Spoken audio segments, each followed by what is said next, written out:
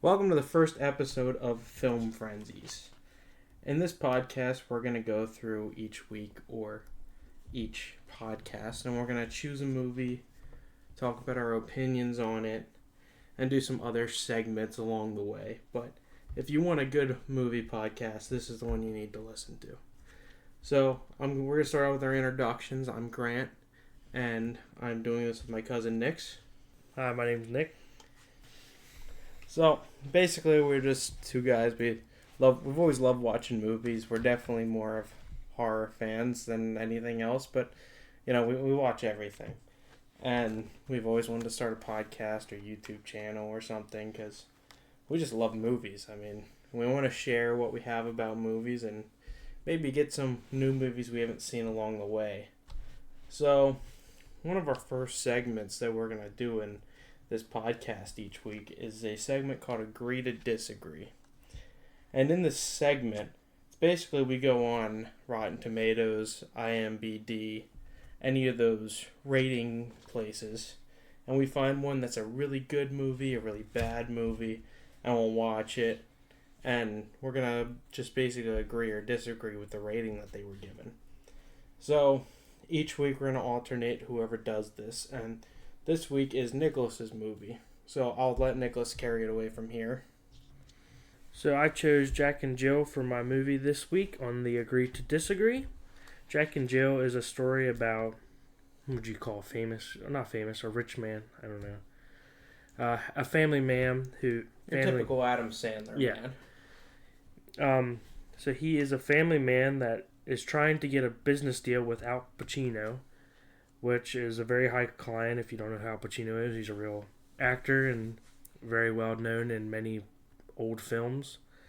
And Al Pacino falls in love with his sister, which his sister does not like him. And it's pretty much a story about his sister is ruining his life because he doesn't want anything to do with her and she thinks very highly of him. And like typical Adam Sandler movies, in the end, everything works out. Him and his sister become close again. And it becomes a happy ending where everybody gets their happy ending. And honestly, I agree with the rating of this movie. I know what Adam Sandler was trying to go for. He was trying to be like Eddie Murphy in The Nutty Professor and Michael Myers in the Austin Powers series, where you can play those multiple characters and they all feel like their own character. They're not just Michael Myers playing the same person over and over and over again. And Adam Sandler, I'm a big fan of Adam Sandler. I like most of his movies, Billy Madison, and Grown Ups 2, and even his back in his Saturday Night Live skits. Like, he's a very good comedian, but I think this movie just kind of fell short with the characters. Like, I really don't know how they got Al Pacino on that movie, willing to do that movie. I personally agree. I have seen that movie before, and I know people that actually love that movie, but I was not one of them as well. Do you know what the rating was on that movie? Like the actual score? I'm pretty sure it was like 3% or 3. Yeah, I mean, me personally, the movie wasn't great, but I don't think it was. It's not one of the worst. Like, I've seen movies that deserve that 1%, that bottom 5%. Jack and Jill was 3%, 2011. Yeah, I mean, I think it was a hit and miss movie. I don't think it deserves. Me personally, I mean, just because I've seen it. Yeah. 3% of it seems a bit low. I mean, it still, had some good laughs. Yeah. Storyline was fine. It wasn't good. It was. I mean, to me, it was more of a. Like when Michael Myers does his and Eddie Murphy did his, you can tell, yep, that's Eddie Murphy. Yep, that's Michael Myers talking. But they don't look the same. No. And Jack and Jill was... It's Adam Sandler's in a wig. I mean, halfway through the movie, he does disguise himself as his sister, and it's kind of like, yeah, we get it. You look like your sister because you are him. It's you. Yeah. Well, I agree. I mean... I'm also a big Adam Sandler person. I love his movie. Happy Gilmore 2 just came out. That was a pretty good one as well. It wasn't as good as the original, but a lot of good cameos. That was one of his dropped ball movies. Yep. And I agree with that. And I think even he kind of has felt the same way about that movie since it's been out. And yeah, I think that's one of his regrets in movie film. But it's one of those things, he was trying something new. I mean, every person has at least one bad movie. All actors, all directors. I agree with that 100%.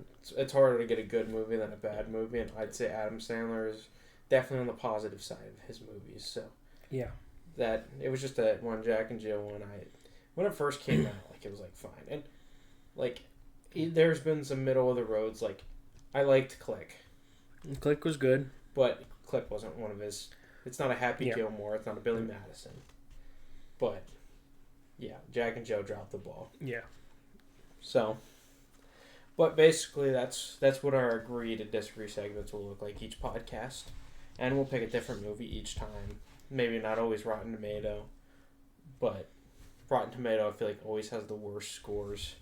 Like the movies that they say are 100%. I mean, obviously some of them are classics. Yeah. But like some of them, I'm like, how did this get 100? Yeah. So, I guess a short break in this. Nick's it's the first time he's seeing one of my apartments. How do you like my nerd cave full of?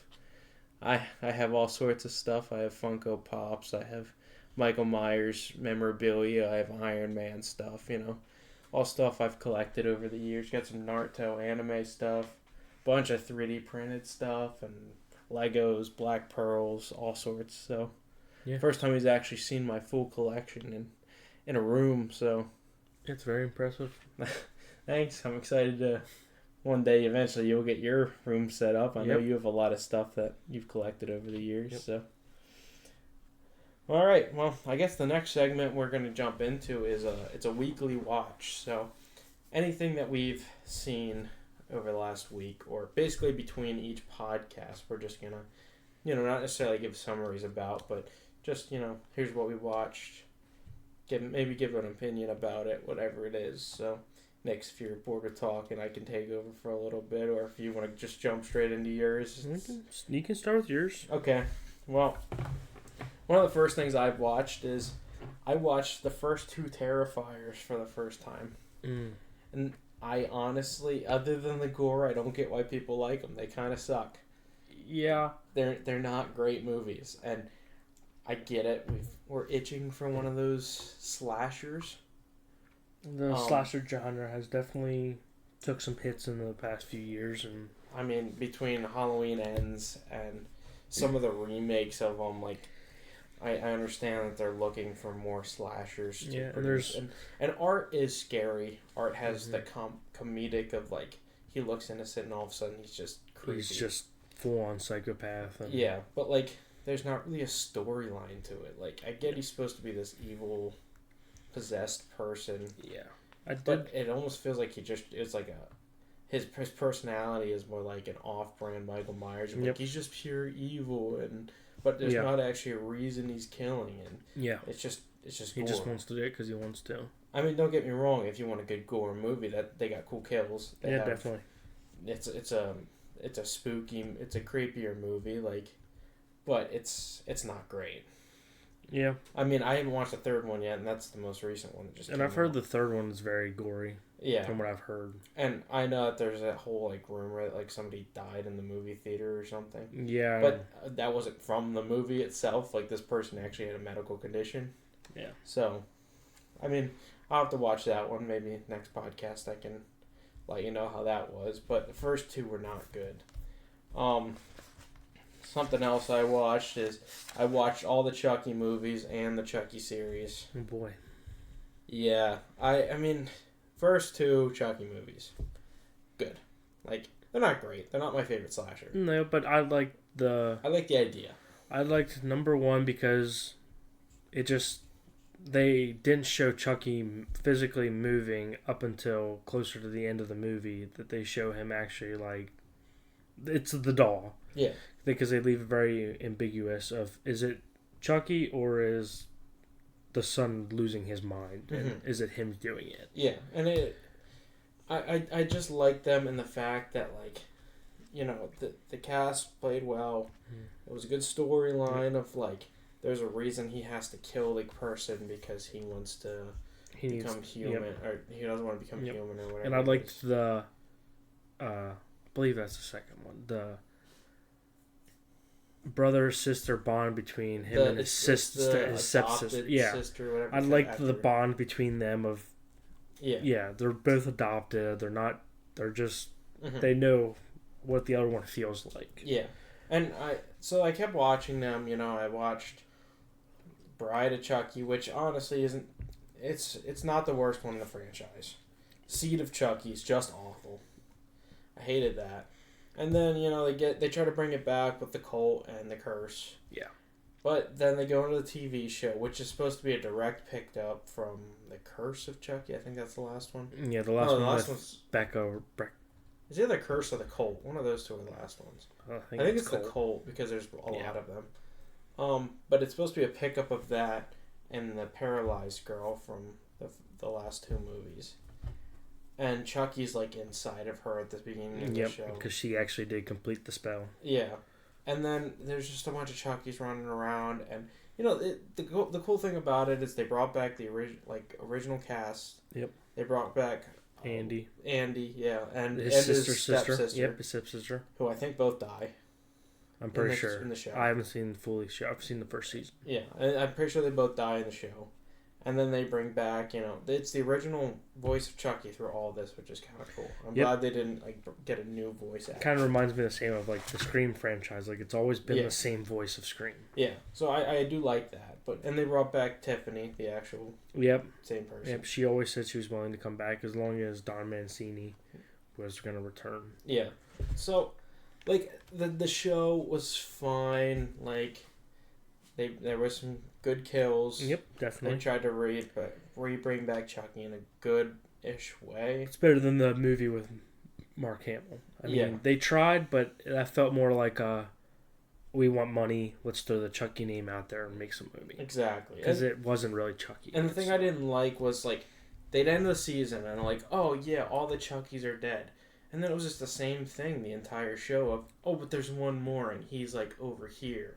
Well, exactly. You didn't know about him. And I'm exactly. Because they just want to keep it alive. Yeah. But now the show was canceled because of lack of interest. Lack of views. Yep. And now they want to make a new movie. So now if you want to watch the Chuckies, you have to watch the movies. Yep. Then watch the TV show. Then watch the next Chucky movie. Yep. Which is, I guess it's fine if you're only planning on watching once. But I do an Oktoberfest where I watch horror movies all October. Exactly. And if I want to binge watch the Chuckies, there's just a huge plot hole unless I watch the show. Yeah. So I didn't really like that, but yeah, Chucky series. I would say if you really love Chucky, watch it. Otherwise, it's not anything to brag home about. Yeah, and the biggest thing I always gave respect to the Chucky series. I don't know which one it is, but I know Don Mancini was only on one of the movies, I think, that he didn't direct himself. But I like that it's the same director. It's his own creation. One of the biggest... I saw an interview with him talking about Seed and Bride, that he knows that's not a lot of people's favorites. Mm-hmm. But he's it's better than some of the stuff people have tried to done with other franchises. Yeah. And I liked it because it always stayed true that Chucky's trying to find a body. He keeps trying to find a body, and he just wants to go back to his old self, being a human serial killer. Yeah, but the problem is they do that, and then all of a sudden Chucky's well, I just want to be the doll. And then they jump back and forth, and then all of a sudden Chucky's oh, well, I want to marry Tiffany. I love Tiffany. And then they're well, I don't want to be a married man. And then next thing you know, there's 4 different Chuckies running around. Yeah. Bride of Chucky was, I think, worse than actually Seed of Chucky.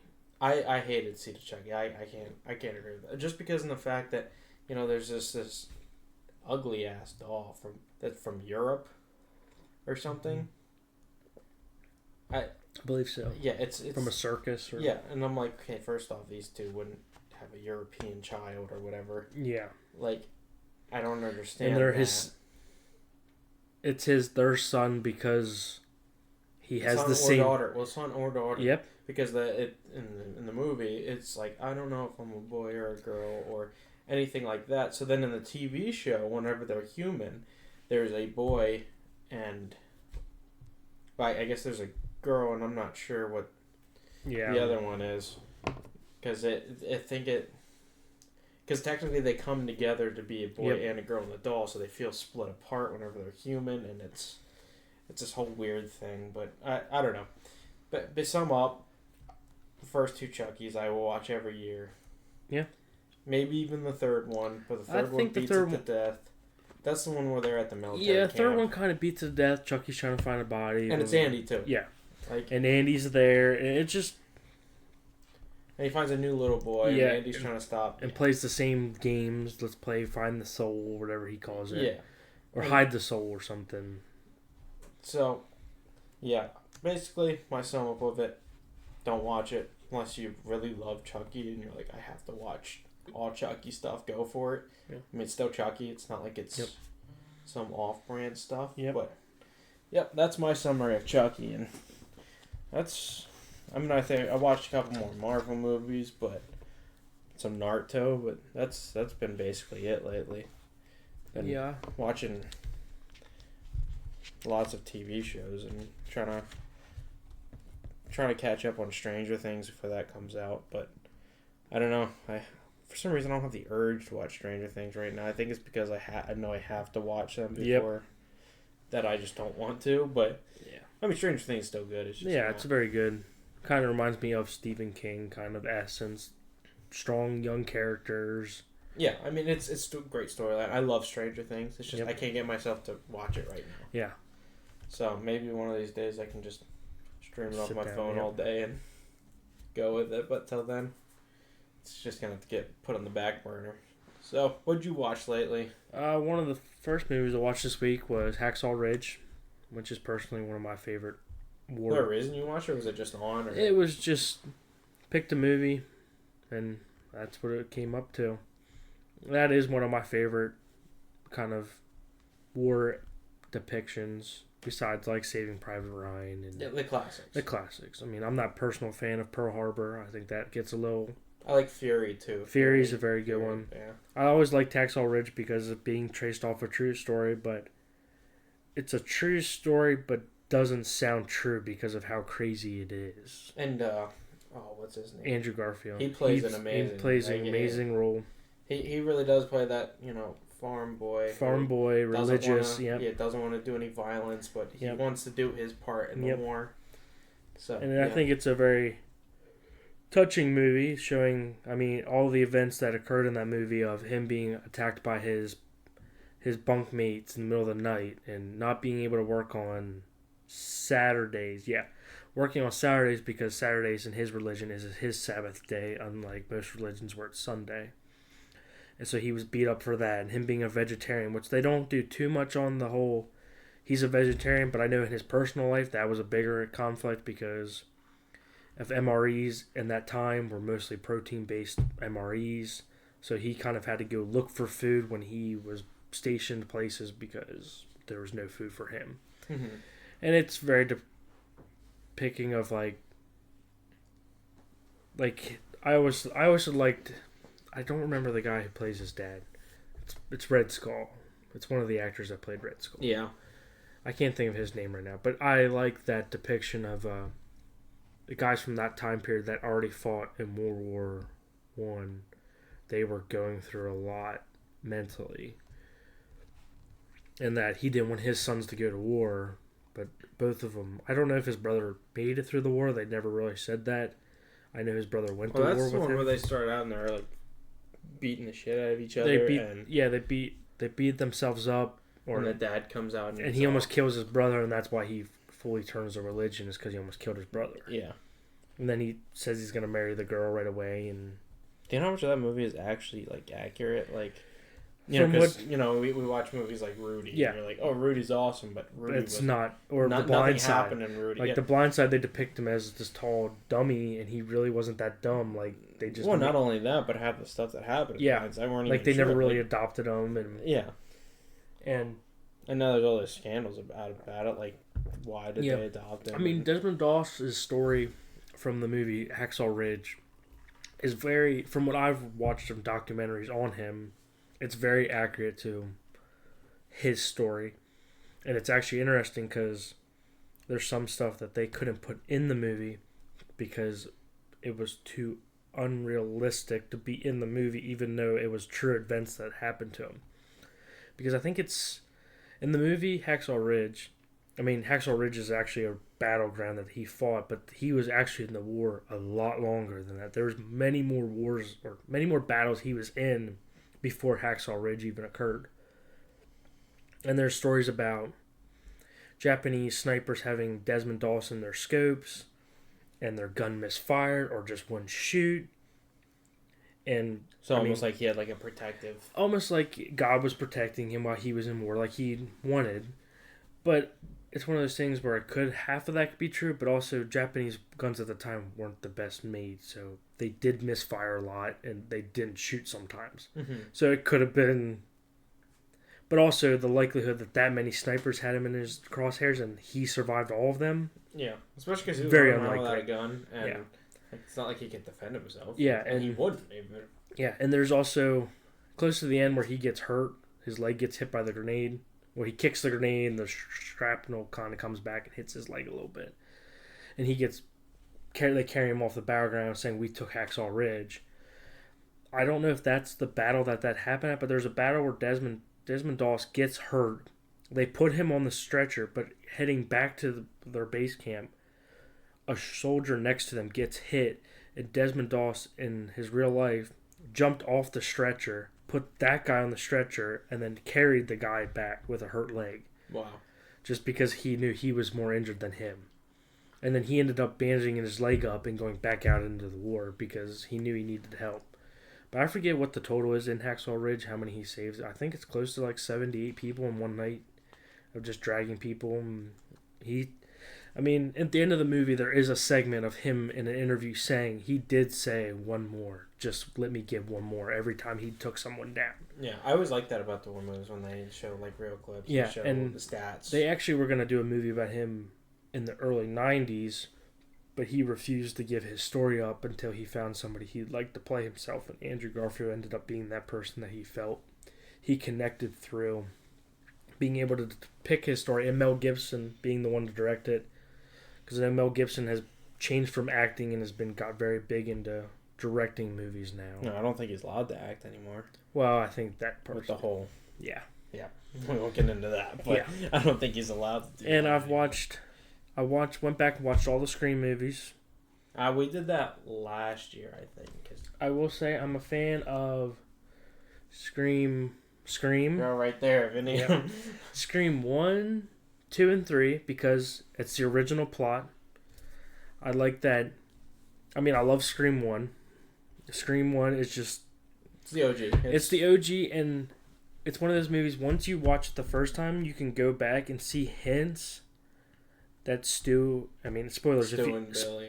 Spoilers if you haven't seen the movie, but it's made in the 90s, so if you haven't seen it, you're living underneath a rock. But Scream, there's little hints when you go back that it's Bill and Stu. Yeah. Like, the one scene where they're sitting on the water fountain, Bill and Stu are the only two wearing dark boots, the same as the killer wears. They're the only two. And when Drew Barrymore's character gets killed in the beginning, Stu says to the group, "Well, I didn't kill her."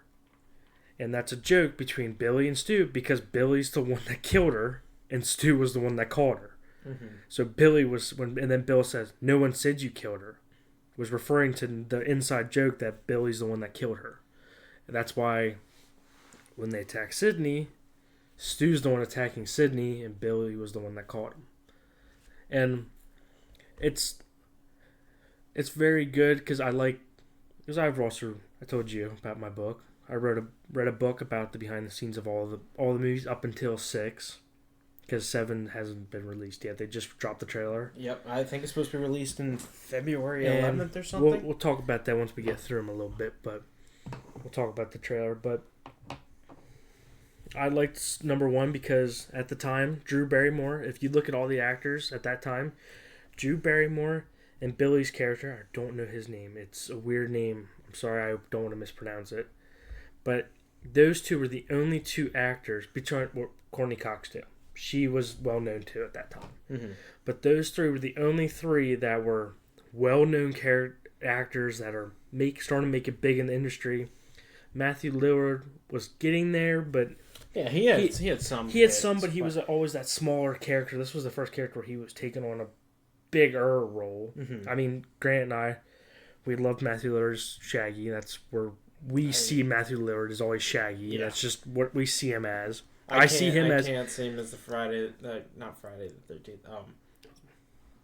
The one where they're at the arcade with his. Oh, yep. Five Nights at Freddy. Yes. I can't. I know he's. I see him as. Yep. I see him as Scream and Shaggy. That's what I see. I also see him in Without a Paddle. Yes, correct. I forget what his name is in that, but that's always those three movies. The first ones that come to mind whenever I think of Matthew Lillard. But it was this book kind of shows you the behind the scenes of everything going on. Working with Wes Craven, as most people know him, the master of horror, because that's just what he could do perfectly. He always mastered it with not Friday the 13th, Nightmare on Elm Street and The Hills Have Eyes. I mean, those were two. He made those two actually before attempting Scream. And I always find it interesting. Like, I love movies. Grant loves movies. Grant loves more the movies, and I love more of the what's going on behind the scenes. Well, like, how are things made? Yeah, I mean, like, I like both. I forget what that show was that they went behind of your, like, my favorite movies or something. My favorite. Yeah, I know what you're talking about. Where they went into, like, these when they talked about, like, in Nightmare on Elm Street, how they got the girl on the ceiling was they actually made an entire room that would basically spin in place. And so she was actually rolling around the room in the film. Yeah. And, like, they go through, like, the first Halloween when Michael Myers breaks the glass in the nurse's car to steal the car. You see the wrench in his wrist. Like, if you pause it, you can see a wrench because they couldn't figure out. I know stuff like that, but I definitely like the plots of the movies and the killers and and it was actually, I mean, a lot of people know this now, but like when the first Scream, Drew Barrymore was originally supposed to play Sydney. She was really supposed to play Sydney, and she got to read the script before most of the other actors even came on board because Wes Craven knew from day one he wanted Drew Barrymore. She wanted to work with him. So that was kind of the right away deal. Like, yep, you're on it. And Drew Barrymore read the beginning and said, I don't want to play Sydney. I want to play the girl that gets killed right on the beginning. And Wes Craven, of course, asked her, why would you want to do that? And he goes, because nobody's going to expect it. And isn't that what you're going for? And Wes loved that idea, and that's why Drew Barrymore, the most well-known actor, and everybody that they used to publicate the movie and make the movie well-known, was killed in the first 10 minutes, and then you're kind of like, well, what happens now? And that's the whole point of Scream's franchises. Well, what happens now? Who's the killer? Like, I mean, which is really crazy to me, is Billy's the killer because he is driven by the rage that his dad left, and Sydney's mom had to do with it. Stu's doing it just because Billy wants to do it, so Stu wants to do it. I mean, that's really Stu's motive in the whole movie is, like, he wants to do it.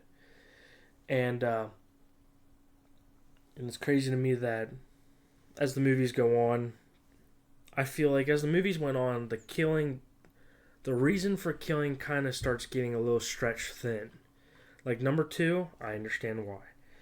Because Sydney killed her son, so why wouldn't Billy's mom want to get revenge? Makes sense. Yeah, but on the other hand, like, but the guy that helped her kill her, why is he doing it? He just wanted to be popular. On the other hand, like, that kind of felt like they took the plot of Friday the 13th of, like, you killed my son, I know I'm gonna like.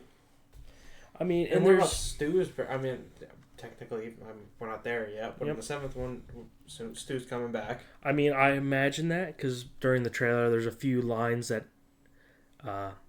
Ghostface says to Sydney that kind of reminds me of, it's got to be someone from Sydney's past. I mean, one of the biggest lines is, this feels like our hometown. That's a pretty big clue that it's someone from her hometown. It's somebody that she knows. And was that 6 or 5 that they saw the TV that killed Stu, but then Kirby says you don't know if they really killed him. That was 6 because 6 was the one with the Jenna sheriff, Ortega. I think that's the her sheriff and stuff. Yeah, and with her 2 kids, and they like collected all the props from they had all the cloaks, we want to call them, from all the previous Ghostface. And the only one that wasn't the only one that was missing was Stu's. No, Stu's was on there, but they really emphasized about Billy's. Yeah, because she was related to Billy or something. I believe so. Because she used his knife in order to kill them. So Jenna Ortega's older sister in the movie is Billy's daughter, I believe. Something like that. She's related to Billy because there's a whole section where Billy comes back from not back from the dead, but he's like a ghost. And he pretty much tells her, you have the killer instinct. It's like a vision, basically. Yeah. Pretty much tells her, you have the killer instinct because I was a killer. I mean, number 1 and number 2 are good. I like the revenge thing. Number 2 loses me a little bit because Mickey, who is the second killer, which pretty much all the Screams, it's always been 2 killers. Which that's why I'm very interested to see. Well, except for the third one. That's the one with the director, right? Yeah, so the second one, the only thing I didn't like about number 2 was Mickey being the helper killer, pretty much. Because I didn't like that because he's only in like 3 scenes of the movies. And then all of a sudden it's revealed Mickey's the killer, and it's like, well, we've only seen this guy like 3 times in the whole movie. Kind of and the last time we saw him, he was singing on a chair. Like it kind of reminds me of Scooby-Doo when they're like, the other person is Ned, and Ned was only in like 2 scenes. Yeah. And it's one of those things where I was like, yeah, I understand where Mickey's coming from because Mickey just wants to be in the news. Like that's Mickey's whole thing is he wants to be in the news and he wants to be famous. But I was like, you're not really in the movie, and all of a sudden it's revealed you're the big bad. Like not the big bad, but you're one of them. And like the scene that drives me crazy, in my opinion, I mean, I know Wes Craven has his own images, and the director, William, I forget how to pronounce his last name, but those two they created something, and I loved what they created because it's classic now. Like, Scream's been a classic movie. The ghost face mask is just an iconic mask now. Like, before it was nothing, and now you can't not see it and be like, Scream.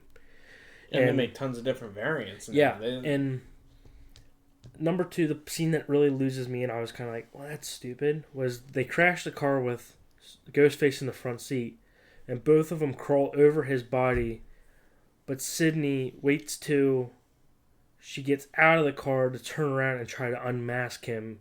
When I was like, why didn't you unmask him, like, right away? Like, that's the other thing. And why didn't you kill him? Why did you try to get out? Like, you saw his knife was on his hand. Just take the knife and stab him. Like, that's the only scene where I was like, I get it because you want the movie to keep going, but it's kind of like Sydney in the first movie was such a strong final girl when she gets the phone and starts messing with Stu and Billy, you show that she's not afraid to go psycho on the psychos. Yeah. And then the second one, she climbs over the psycho to get away, and it's like, you had the opportunity to kill him. Or do something. Tie him up in the seatbelt, whatever it is. Like, yeah. And I know, and the third one, I understand that the third movie, maybe it was the second. Either 2 or 3, I don't know fully, but I know one of them was the original plan for Stu to come back. I don't know, but it was at the same time that one of the school shootings happened, and the original plan was Stu to come back as the main bad guy, the main ghost face, and he had a bunch of high school kids doing the killing for him to trap Sydney into a trap. But after school shootings happened, they didn't feel that having a bunch of teenagers killing teenagers was appropriate at the time, and Matthew Lillard even said that. He's like, I understand why they changed it. He goes, don't get me wrong, this was before number 7 was released. He's always said he's been willing to come back to the franchise because he loved it. I mean, well, it's pretty much where he got started. In the beginning scenes, that's where a lot of the improvised scenes where he says, my mom and dad are going to kill me. Like, that was improvised by him, and The one thing I don't like about the Scream franchise as it goes along, which other than the plot holes as it goes along, but the original Scream I'm gonna say first two, maybe even first three. I'll say three. You could tell that the killers weren't experienced killers. Like they were clumsy, they make mistakes, and then somewhere along the line they're like, we just want them to be spooky. Yeah. I'm like, but like, that's not what got them to where they are. Yeah. I mean, I understand. And you could probably have a mix, but like, I hope in the new one, if it is Stu, they keep Stu how Stu was, and not like make Stu like this perfect killer all of a sudden. I wouldn't say if Stu is the killer in the newest one that's gonna be coming out. I don't want him to be like clumsy, but I want Stu because like from the trailer, he seems very menacing. Like he's done playing games. Well, like, but that's how like the newest one that came, the sixth one. Like the killers were very like they weren't clumsy, but they were two high school kids. They just started killing, and all of a sudden they do everything perfectly. Like it doesn't make any sense. And the newer ones kind of lose me because it seems like everybody's related to everybody. I mean, it's like that's because they need to find a reason for these killers to keep going. Yeah, and it's like the third one. I liked it because they were trying to do the standalone killer. Like he's doing it by himself. But even in that one, I'm confused because they were making a movie about the first movie. That's like the whole joke. It's like an inner joke. But and number 4, the biggest thing I don't like is when, like number 4, Jill's the killer. Okay, Jill, the actress that plays Jill's like 5'3", and she body slammed like 3 people, and I'm like, okay, you're telling me a 5'3" girl is gonna pick somebody up and like throw them and body people around, and from the book I read, that was some of their problems was you kind of had to have the cast all the same height because you can't have everybody be up here and the killer's lower than everybody else because then you're like, well, easily she's the killer because she's the smallest one out of them. Yeah. Like Bill and Stu, most of the cast in the original 3 were kind of the same height, so it was kind of like, who's the killer? Like, who's actually doing this? Mm-hmm. But the later ones, they picked a lot of smaller women to be killers, and it's like something I'm very mad about.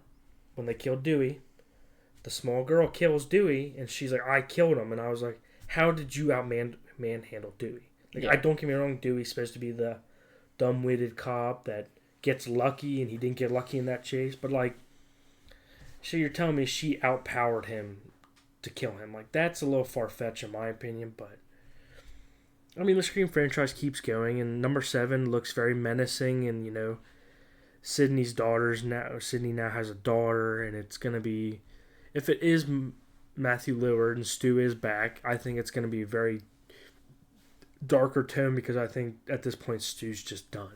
Like, he wants revenge. The good news is, if Matthew Lillard's back, it makes me more excited because I know it'll be a better movie. It's not just like every movie now has Jenna Ortega. Every movie, so they just and don't get me wrong, Jenna Ortega is a very good actor. She did very good on Wednesday. But it's almost like I got really upset whenever it was that whole like The Rock. The Rock was in every movie, and he played the same role in every movie. And I was like, there's tons of other actors out there. Yeah. But they just wanted The Rock because he's The Rock. Yeah, exactly. Well, we kind of got down a rabbit hole on this one, but I guess before we switch off, I do want to say the Scream TV show. Oh. I hated the 3rd season. I hated The Mask. I love that show. I thought that show was fantastic. I liked it. I actually liked The Mask only in the fact that it wasn't the original Mask. I know that. Yeah. But they try to do their own little twist to make it somewhat spooky without ruining The Mask. I mean, the only thing I didn't like is they pretty much did. Season 1 was pretty much... Or no, was that season 2 that was... The boyfriend did it? That was season 2. And I was like, Keegan, I think I was like, you kind of stole a number 1's movie. It's the boyfriend because the boyfriend is a psychopath. But the problem I really didn't like was there were at the ending of that season, Keegan. Doesn't Keegan get killed? We're gonna say it's Keegan. I don't know for sure if that's his name. Doesn't he get killed in prison? Yeah, he gets killed in prison, and he's like, I did everything you wanted. Yeah. But we have no idea, because it could have been, because we also think it could have been the dad. The dad was weird, kind of acting suspicious. weird, Yeah. And then all of a sudden they were like, let's just go with a complete different cast and complete different thing. And I'm like, exactly. I'm like, if they could have like tied it together, it'd be like, showed us what happened there, which I know that they're trying to leave some up for the viewer. Exactly. But in that kind of stuff where, the show was already on its decline at that point. Yeah, and I feel like... And plus it was standalone. It technically wasn't supposed to be with the movie. And the other reason I like Scream is because Scream really brought back the horror franchise. Like, at the time period of Scream coming out, the horror franchise was dead. Because at this point you have... Friday the 13th, like Jason Takes Manhattan, which was absolutely horrendous. I think they were probably around the H2O period of Halloween. Halloween H2O. Which terrible. Nightmare on Elm Street was on its like sixth movie at that point. Like it was it was a franchise where they were just pumping horror movies out, and everybody was just sick and tired of a boring old killer. And that's why Scream was so superior in that time, because it wasn't the... Well, it was also realistic. It wasn't a dumb-witted survival girl surviving a massacre that, in a real-life scenario, she is dying. Like Halloween. Love the first one. But you're telling me Michael Myers kills everybody to the perfection in the first movie, and then he kills her, accidentally misses her like 15 times in a segment. I'm like... Well, Did he just like get drunk before he came to her house and was... Michael Myers is my absolute favorite. First one was good. Yep. Don't get me wrong, but like he's standing behind her, easy back of the neck kill, and he misses her and hits her arm. And honestly, anything after that is pretty bad. I like the 2018 remake. I'm gonna be honest. I like Season of the Witch. I know it's the only one without Michael Myers in it, but I like that. Season of the Witch only because of the background of it, which I don't know if you know. Michael Myers in the background.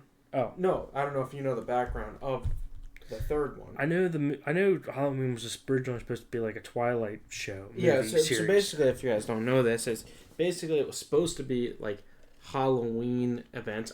Maybe if you guys have seen Trick or Treat, when all those things are put together with werewolves, like it was supposed to be like that. And the first two were going to be Michael Myers. The third one was about masks, and the fourth one was going to be like werewolves. And it was supposed to be like Halloween events, but they got so much backlash from the third one because Michael Myers wasn't in it, that they ended up just bringing Michael Myers back, and he became the face of the franchise after that.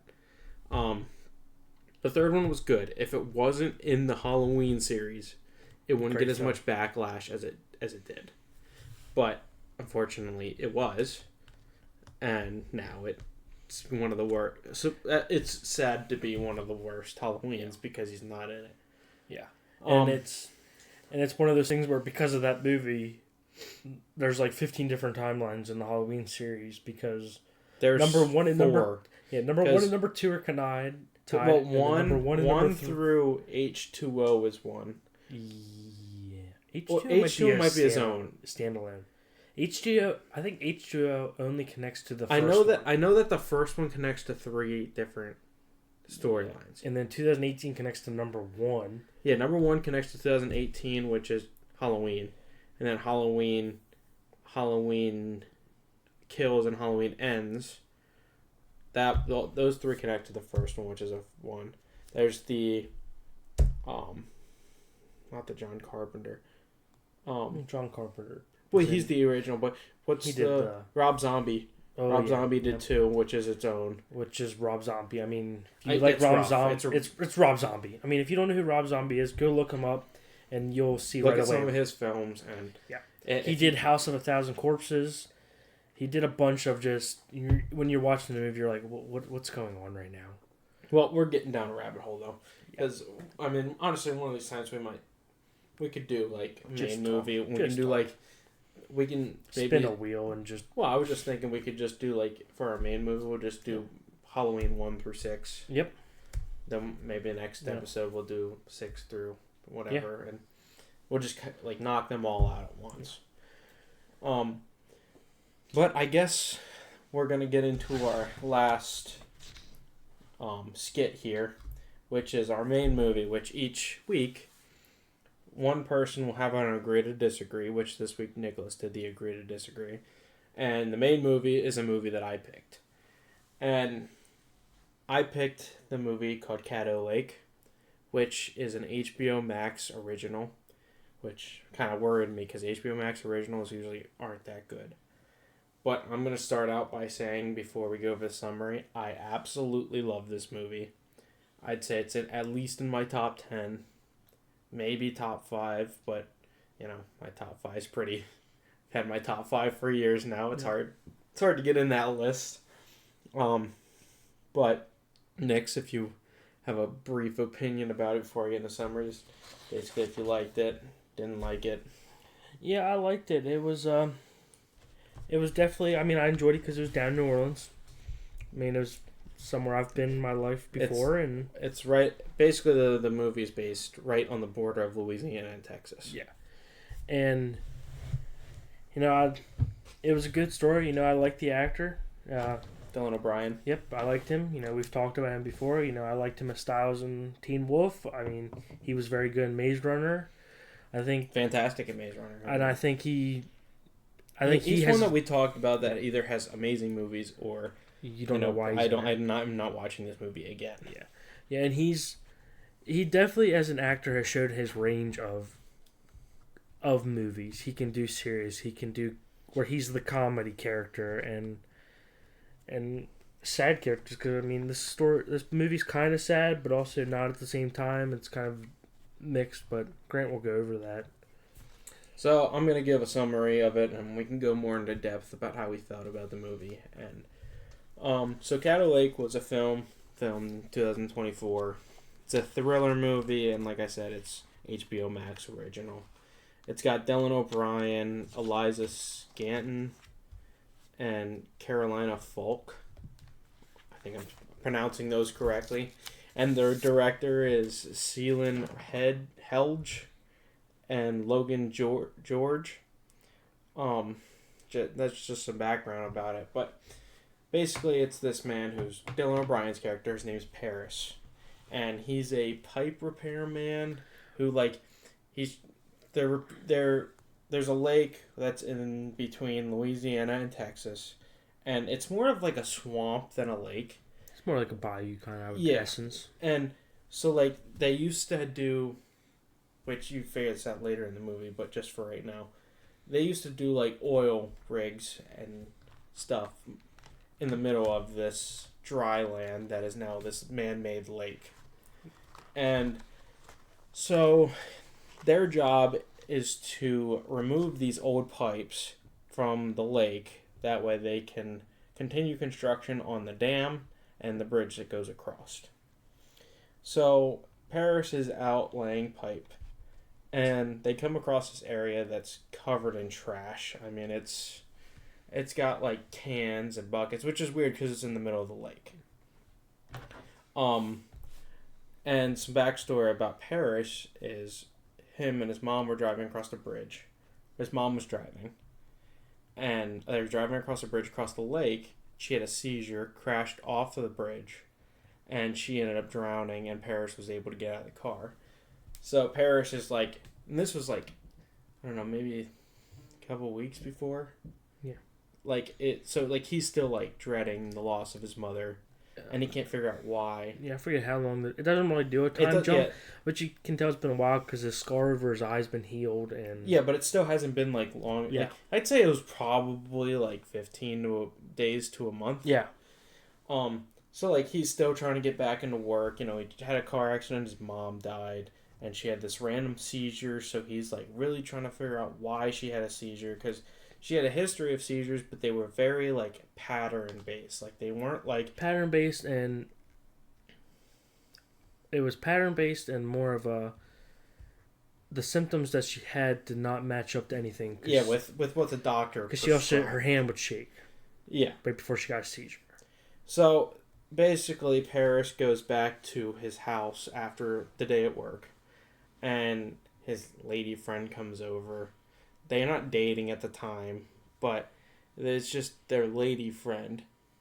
And so she, they go into this building that they're planning were making their house, but then she moved, and they don't really explain that kind of backstory. But basically that's what we got from it. I mean, all we know from her is that she was going to move to Texas and she decided not to. Yeah. That's all we really know. So while this is happening, on the other side, there's a girl named Ellie. Yep. And Ellie is... I don't want to say she's a problem child, but her and her mom do not... Yeah, she's got a lot going on. Her and her mom do not get along well. Her dad has been missing for 7 years. Yeah. So or over 7 years. Yeah, but I think they say like 8 at some point. Well, they say over. I only say 7 years, because in the state of Louisiana, if you're missing for at least 7 days or 7 years, you're presumed dead. Yeah. So you get a death certificate and stuff. Which is a part of them. Yeah. So Ellie is one that she usually stays at a friend's house. She doesn't.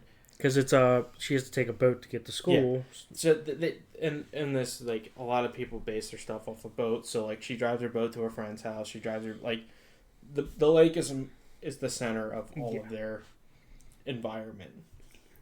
So basically, she goes out after a fight with her mom, and she's going to go to her friend's house.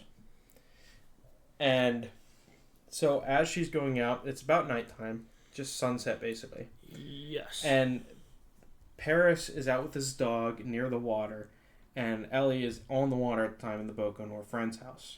And a loud, like, bang goes off, like, strange sound. And you can hear a helicopter. Yeah, and you hear a helicopter, but... No, but you don't see anything. Yeah, you don't see anything quite yet. So... And that's at the same time that Ellie sees the wolves. Remember? Yeah, and Ellie sees wolves, but wolves have been extinct for that area for... Well, no, the wolves haven't.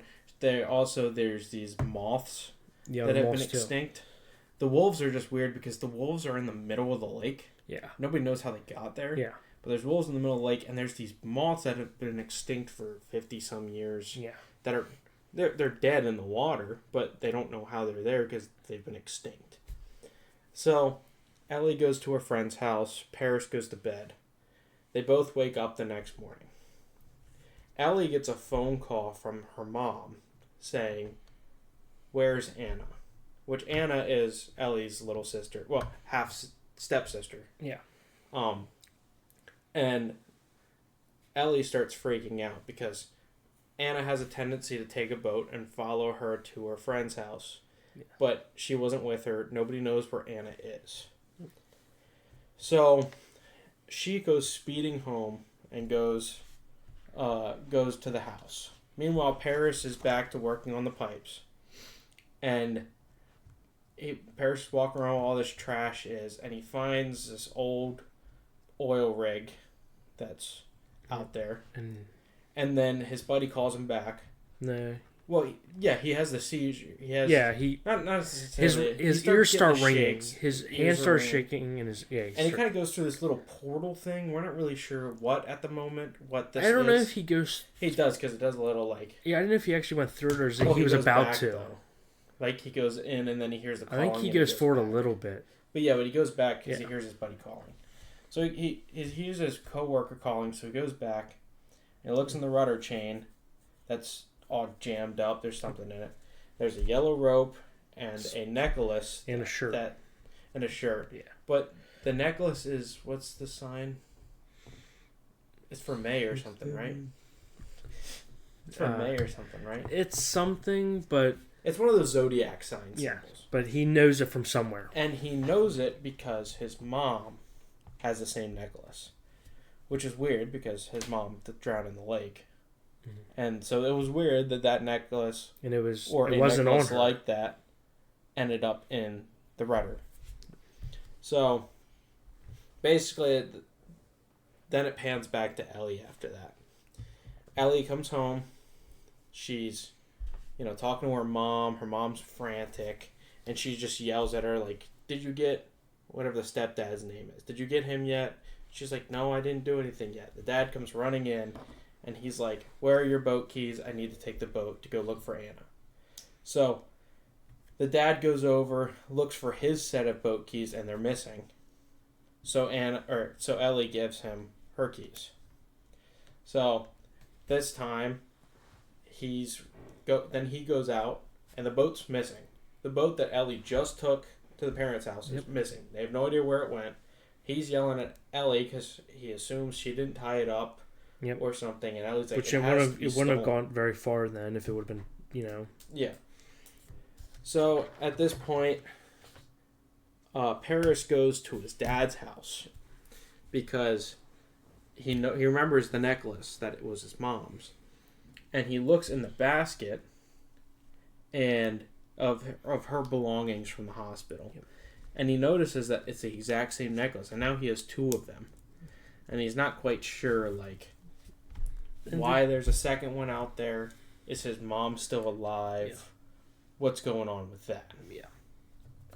So he starts yelling at his dad because his dad's like, "Just let it go. Your mom's dead." Yep.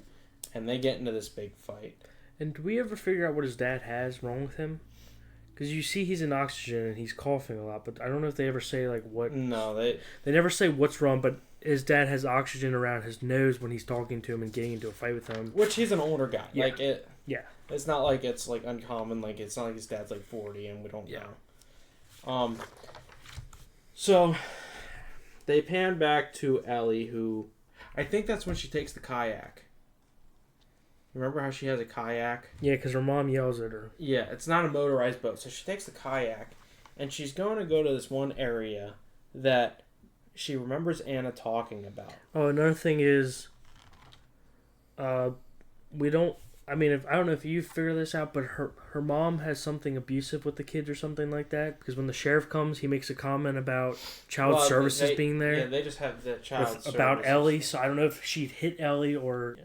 The main thing is, main thing about Ellie and her mom is Ellie still misses her dad. So they found... Yeah, I have my notes here too. They found Anne's boat.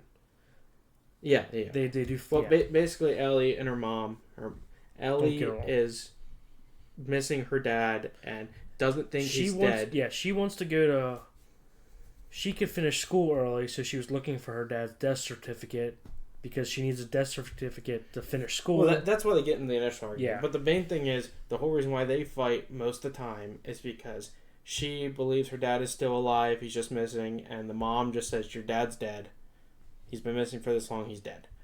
And the only thing that her mom realizes at this time is there was a lady that had attacked her whenever she first had Ellie, and that she assumes that this was Ellie's dad's mistress, and they ran off together, and he left them. So, at this point, they find Anna's boat off in where she found these moths and the wolves by this bridge. So they bring it home, and Ellie's just frantic because, they found the boat but no Anna.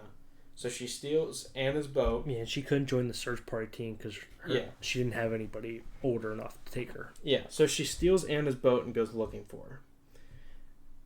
As she pulls up to where the boat was, which is where these moths and the wolves were and all this other stuff, she starts walking around and she hears her name being called. So she's walking around and she stumbles into this portal. That's what we're going to call it right now. She gets the same symptoms as Paris does. Yeah, her hand starts to shake and she can't hear. Stuff. And so she goes across this portal. Oh, we forgot to say that she was hiding from the search party. That's why she left the boat. That's why she was searching. Well, we haven't made it there yet. Yeah, that's where she goes to the first portal. No, but we're just getting to the portal now. That's what I'm saying. I'm basically, it's a summary. I'm not trying to do any of the stuff that doesn't really matter. So she's going in to this, and she stumbles into this portal trying to follow her name being called. And there's the screen gets all ripply, and her ear starts bleeding, which is the same thing that Paris's mom did whenever she was having her strokes. She gets the shakes, and she comes out. She went back a day ago. A few hours. Or, yeah, a day. A day ago. Because she just showed back up to her parents. Yeah. So she goes to her parents' house. And she walks in, and her mom's frantic again. And she's like, "Have you seen Anna?" And she's like, "No." And she's kind of weirded out because they already had this conversation. Yeah, they already had this conversation. Ellie already knows she's missing. Why is she telling me she's missing again? What's going on? So, my throat's getting dry.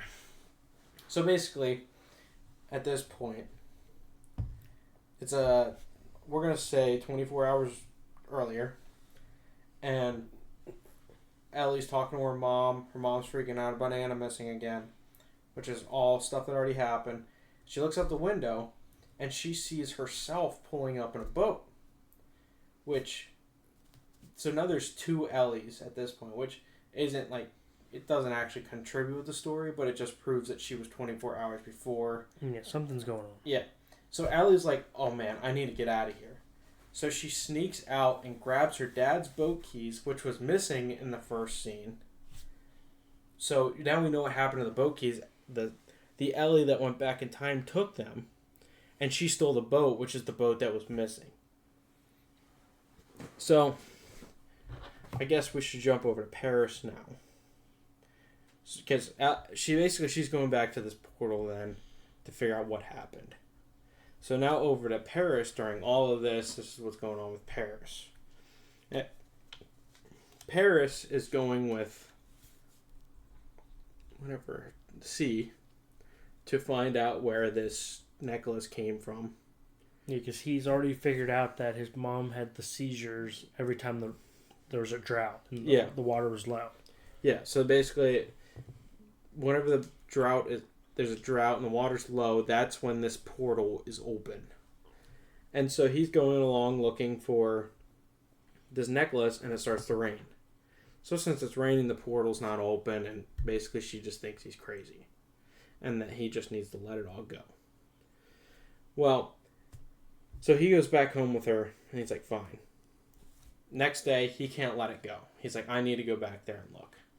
So he starts driving over to that spot, and at this point it lines up to where Ellie is, and she's driving over. And they show this bridge that they're going up below. On Paris's, the bridge it's up, but it's not like a new bridge. Like, it's rusty, it's old. It's an older bridge, but it's still functional. But like you can drive across it. Like, it's run down. And then on Ellie, she's going underneath the same exact bridge. Like, they emphasize that it's the same bridge. But Ellie's is like collapsed in the middle. Like, it's in the water. So like, like, you're like, okay, so they really are jumping in time. Like, they're in different timelines. What's going on? So Paris goes and drives into the area. And Ellie is also in the area. But you know that they're in different timelines from the bridge. And Ellie will start calling Anna's name. And Paris hears it. Yeah, she hears Ellie. Because Ellie can hear Anna. And he can hear her Ellie. And he can hear Ellie, yeah. So he's following Ellie's voice.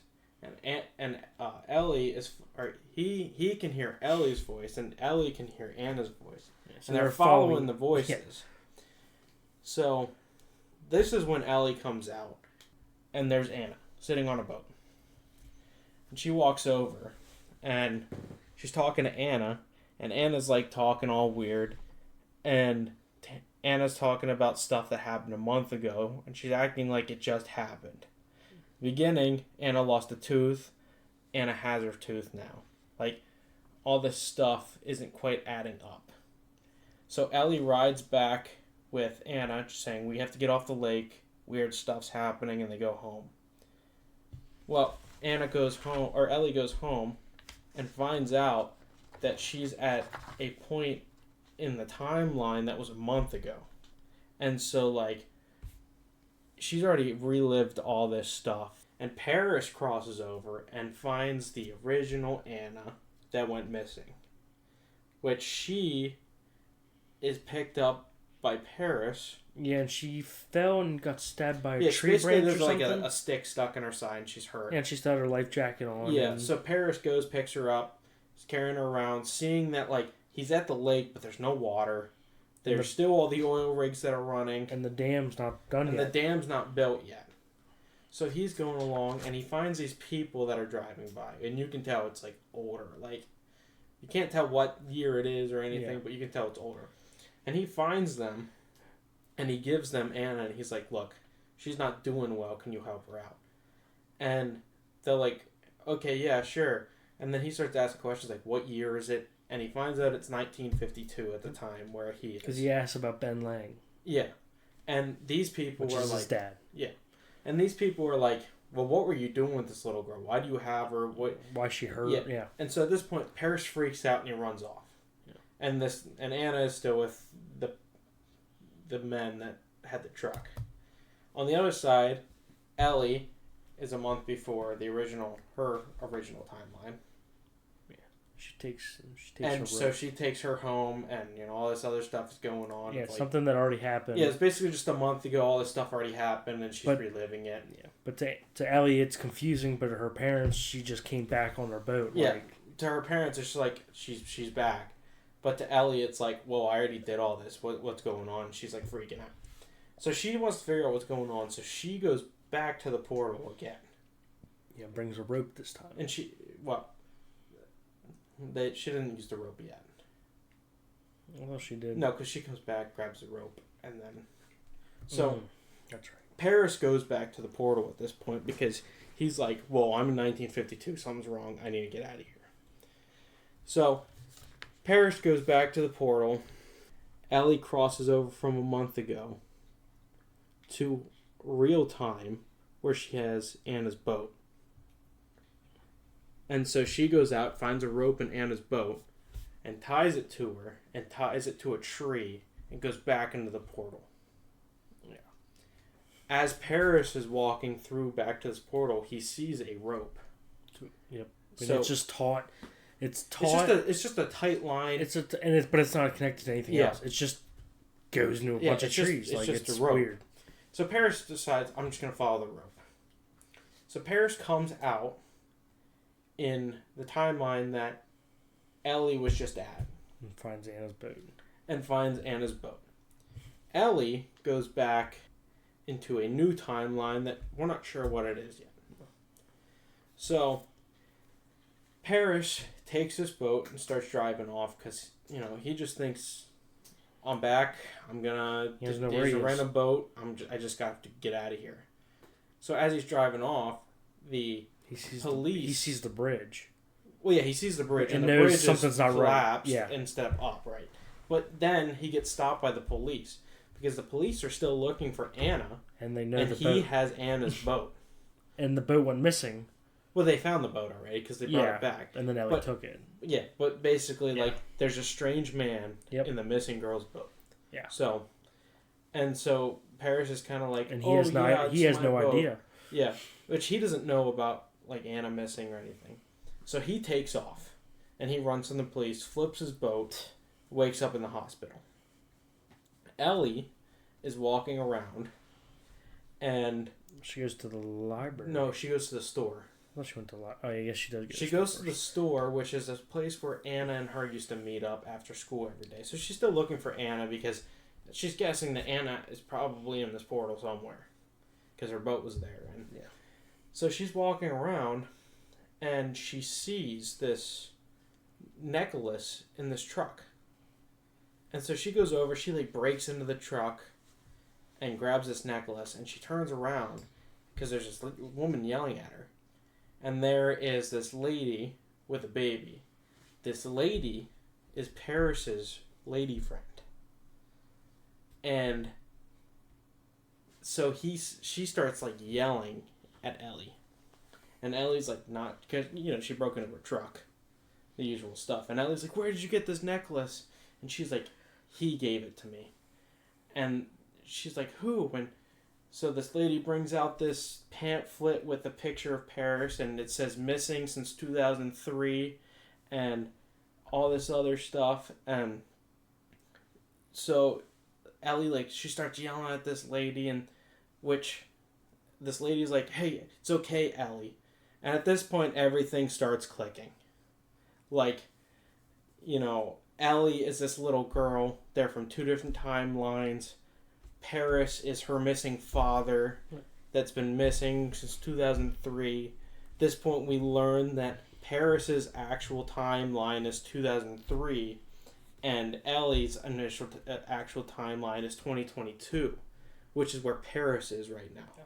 So Paris is in 2022 in Ellie's timeline, and Ellie's in 2005, which is 2 years after Paris went missing, and which is that basically her his time. mom thinks that Ellie's the one that Paris is cheating on because she knows this necklace and says it's mine, or says it's my sister's. Yeah. So at this point, it's like holy shit, like what's going on? Like, and Paris has no idea where he is because he's in the hospital. Paris has no idea because he's 18 years in the future, or whatever it is. Like, yeah, because they ask him where the girl is. He doesn't know he's in the future right now. No. He doesn't really know when he is. He just knows the girl's missing. He knows whenever he gets in the ambulance and he asks them what year it is. Yeah. And they're like, 2022. And he's like, whoa. And so they kind of pan into it. Basically, I'm going to summarize most of Paris' experience in 2022. Basically, he's in the hospital. He's running around. He learns that this lady named Anna's missing because they were in different timelines. So he didn't even know this girl was missing. And he finds his dad who's on his deathbed. He finds out that Anna Lang is missing, Anna Bennett. Anna Bennett. Anna, who was in 1952, stayed there and lived out the rest of her days, and eventually found a man, married him, and she is Paris's mom. So, now they're like all of a sudden everything's clicking for him. Like, oh man, that this Paris guy, which is funny because Paris and Ellie never actually meet in this entire movie. Mm-mm. But she learns that like Paris never stopped looking for him. It's just Paris got stuck in this portal thing and all this other stuff. And that's where Anna is too. Anna got stuck in the portal and she lived out her days. So she eventually goes back home after all this. But before that, Paris is going. And Paris breaks out of the hospital because it's about to downpour, and he's like, I need to go to the portal, get home. So he won't be able to get back. Yeah, so I can live with my family, yada yada. And he steals a car, which was C's car in the future. So she recognizes him, but he doesn't recognize her. And he drives to the bridge, and he's like, I need to get there, but the cops are surrounding him. So he jumps off the bridge. Survives, starts swimming, and the dam breaks, and his foot gets caught in the rocks, and he hits his head, and he hits his head, and he drowns. And then Allie comes home, and she pretty much just talks to her mom of like, and that realization, he's still alive, and he did love us. Yeah, he never stopped looking for us. He never left us. So, yeah, I thought it was a great movie, great twist. I love the fact that a lot of those movies with timelines are like, oh, there's a ripple in it. But, like, they played it off as, like, Anna went back in 1952. It should be a ripple. Kind of like Back to the Future. Almost. Yeah. But instead, everything that's happening right now, basically, the ripple already happened. So, like, there's nothing affecting. Like, this is the future. Like, Anna just lived out the rest of her days in 1952, met a man, had a kid. Which is very weird to me. Yeah, there's a lot of... That's the one thing I didn't like was like this girl from 2022 just go back to 1952 and was like, oh yeah, that's fine, I'll just live it out, it's fine. Like, didn't have to go to therapy. And never like brought it up to anybody else. Like, yeah, by the way,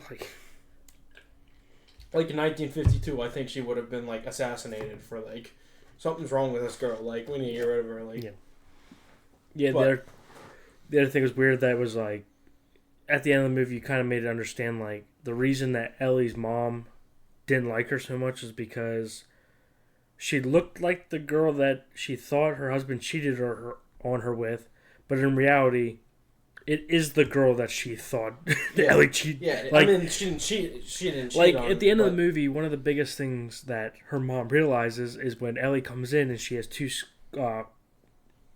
nail marks across her face.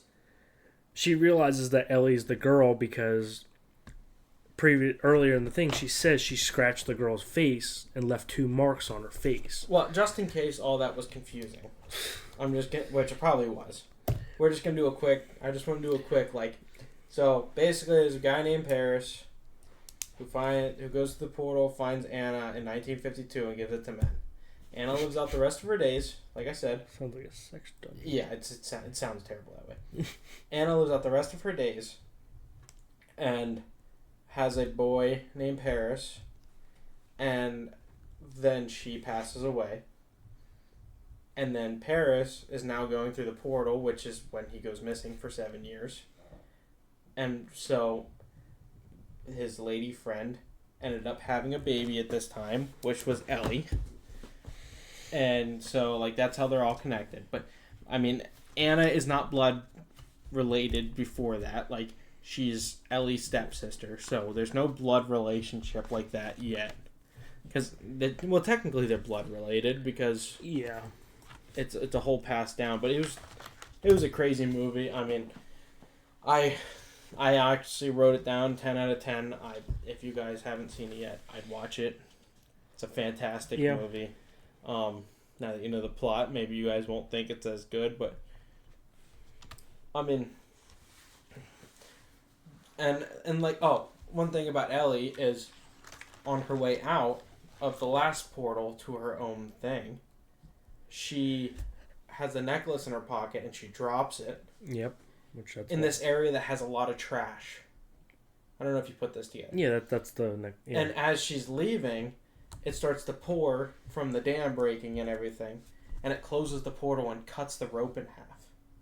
So the rope and the necklace and all that stuff that got stuck in the boat in the beginning was from Ellie going back to 2005. And it basically, like, it swept from the current back into the portal, which sent it to 2003. Yeah, which also explains some portions of the beginning when Ellie and Paris both see wolves. It was kind of implemented that the wolves travel through time, or... Well, they did. They came from 1952, along with the moths. So I was very confused about if... Like, I was very confused when I saw the wolves and the moth. I didn't know if they were they could travel back too, or they were looking into that area where the portal is and they could see through time. Like, well, they can't you could do that see, because like, the portal... You could see 52, 9... Or, well, the problem with that is, like, the portal, like, you go from one to another, like... Yeah. Because 2005 went to 2003. Yeah. And, like, so, like, I don't know how that works, if there's a different section to different years. And I like the fact... But if you look in 1952, when the moths are flying, you can see them going into the portal. Okay. And then Ellie, on the other side, sees the moths flying over her. Makes sense. So the wolves and the moths are coming out of this portal.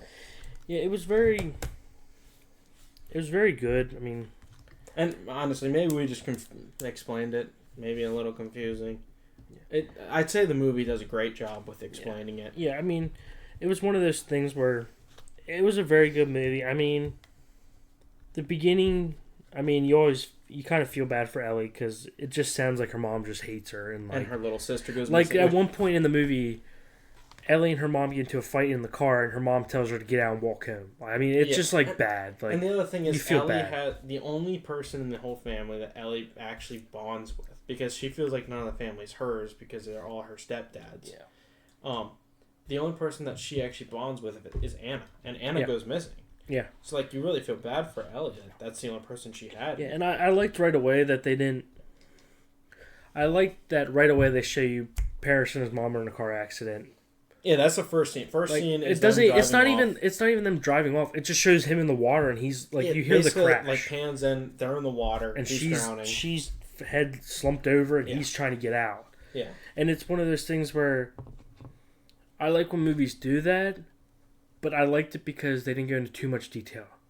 Like they weren't on the drive there and he's like, "Hey mom, how's your seizures doing? It's been good, but we had an accident." Or like, it just shows it's really been dry lately, and then she's like, "Oh yeah." Yeah. It was like, his mom died. He comes back. Mom had a seizure and died. Okay, it must be important they mentioned the seizure. And he's like, he's talking to the doctor, and he's like, the I doctor understand why you said that, doctor. Well, he just bothers the doctor.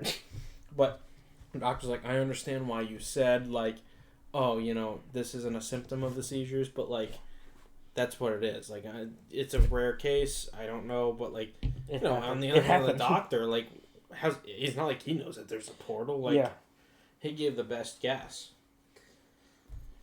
So, it was very good, and I mean, I thought it was a great twist. It was great acting. Like Dylan O'Brien, as usually, great great actor, good role. He plays it very well. He's got like that Louisiana accent to him. And they're all like, they still have this small town community where like everybody knows everyone, and so Yeah, there was definitely. And I just like the little hints across the way, like the boat keys were missing, and then they're like, "Oh, well, she actually took the boat keys." It kind of that scene kind of reminded me of like a Back to the Future kind of thing. Yeah. Like Marty McFly sees himself and has to do something to cause the events to happen, and or like, she ties the rope. Yep. And then he finds the rope, Yep. and like, all that stuff is actually connected. And I like the fact that they couldn't control it. I mean, there's not one of those things where she could say, "I want to go back to this timeline," and she goes she's back. Just like 2003. Yeah, they just go back and they're like, I guess we're somewhere. She just walked through the portal. Yeah. Like, I hope I end up back home. Like, yeah, like that's, and there's a little bit of a section where he goes to the portal a few times. Like him and Ellie both like, I feel like I remember that they both go through like 2 times because they're just trying to figure out what's going on. Well, his was more like he didn't fully go through the portal. Yeah. He just like got to the brim of it, and then he got called back, and then Ellie was one that she walked through like a circle, basically. But yeah, I honestly love that movie. Yeah. If you haven't watched it yet, please go watch it. Yeah. All the acting was very good. I mean, Ellie, I think as a young actor, I'm always impressed by younger actors when they act that well because it's hard. I mean. Yeah. And I haven't seen her in I haven't seen her in anything else. And like I said, I'm not really a big fan of HBO originals, but that was a really good one. They did a really good job. They got a really good cast.